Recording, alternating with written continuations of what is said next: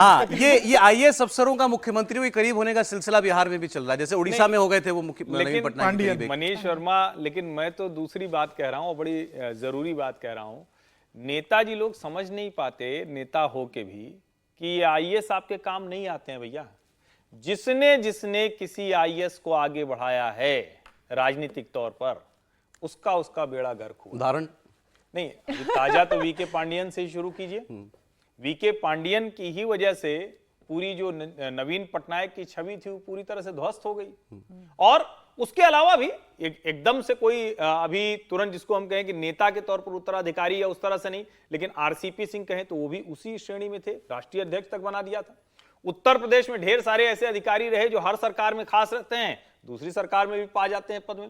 वो क्या उनकी वजह से कोई लाभ हुआ? आज तक नहीं हुआ। और ये लगभग हर राज्य में दिखता है। नेता को लगता है कि आईएएस है ना, अरे भाई आईएएस की कुर्सी पे बैठा है, वो जिस पोजीशन पे बैठा है उस पोजीशन की वजह से वो योग्य है, लायक है। जरा उससे हटा के दिखाइए वो कितना। दो बातें इनके बारे में, मनीष कुमार वर्मा के बारे में, और एक तो ये इनके नालंदा से ही आते हैं जहां से नीतीश कुमार आते हैं, दूसरा स्वजातीय भी है। हाँ, यही मनीष वर्मा मूल वही है कि कुर्मी जाति से आते हैं, तो वो भी एक वजह है। 10 साल का आरसीपी सिंह की भी तो वही संपर्क वजह रहा है। मतलब आपदा प्रबंधन भी ये देखते थे, अतिरिक्त सचिव भी थे, 10 साल नीतीश कुमार के साथ जुड़े रहे, तो नीतीश कुमार के साथ अंडरस्टैंडिंग इनकी बहुत अच्छी है।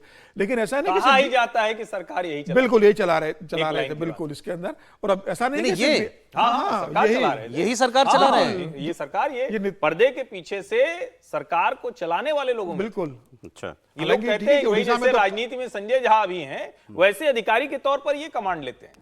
क्योंकि मुझे लग रहा है कि बिहार के अंदर ही ऐसा नहीं है, मुझे लगता है कई ऐसे केंद्र के अधिकारी भी जो राजनीति में गए और सक्सेसफुल हो गए, जैसे एके शर्मा का आप देख सकते हैं उत्तर प्रदेश के अंदर बड़ी तो ये नेता को क्यों नहीं मिलता साथ में सरकार चलाने के लिए? अफसर को क्यों ले लेते हैं? गए तो ठीक है, सक्सेसफुल हो गए इसकी तो समीक्षा होगी ना समीर जी।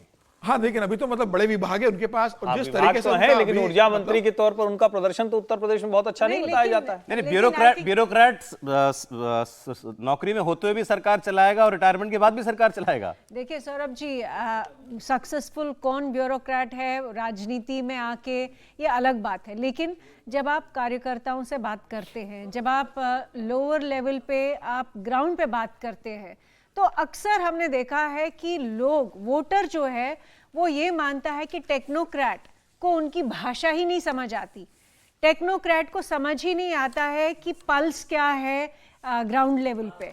और दूसरी बात ये कि टेक्नोक्रेट के का एक मिजाज, उसकी जो ट्रेनिंग है वो बिल्कुल पॉलिटिक्स से बिल्कुल ऑपोजिट डायरेक्शन में चलती है जी। तो इसलिए ओवरऑल अगर हम देखा जाए ये सही तरीका नहीं। हम लोकतंत्र है, जब लोकतंत्र में एक मामूली सा एक एक्टिविस्ट है, वो बहुत सारी सीढ़ियां चढ़ता है और फिर जाके वो एमएलए के इलेक्शन वो लड़ पाता है। एक लाइन में अगर कहें, एक लाइन, सिर्फ एक लाइन, मूल रूप से ऐसे अधिकारी जो बहुत पावरफुल होकर आते हैं, ये एंटी डेमोक्रेटिक सेटअप। बिल्कुल, एक लाइन में अगर आप समझिए, इसीलिए हमेशा राजनीति का नुकसान करते हैं।